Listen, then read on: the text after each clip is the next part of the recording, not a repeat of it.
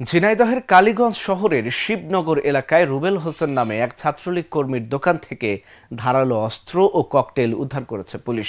সোমবার দুপুর 2টার দিকে ধারালো অস্ত্র ও ককটেল উদ্ধার করা হয়। ছাত্রলীগ কর্মী রুবেল হোসেন শিবনগর এলাকার ইদ্রিস আলীর ছেলে। সে নিষিদ্ধ সংগঠন ছাত্রলীগের রাজনীতির সঙ্গে জড়িত ছিল বলে জানায় স্থানীয়রা। এ সময় তার দোকান থেকে কয়েকটি ধারালো দা, হাসুয়া, চাইনিজ কুড়াল, হাতুড়ি, একটি ককটেল, লোহার রড ও রেল লাইনের পাথর উদ্ধার করা হয়। স্থানীয়রা জানায় শিবনগর মন্দিরের পাশে আক্তার হোসেনের একটি দোকান ভাড়া নেয় রুবেল হোসেন।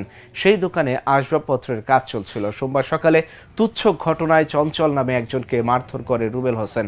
এরপর তার দোকান থেকে স্থানীয়দের সহযোগিতায় পুলিশ ধারালো অস্ত্র উদ্ধার করে।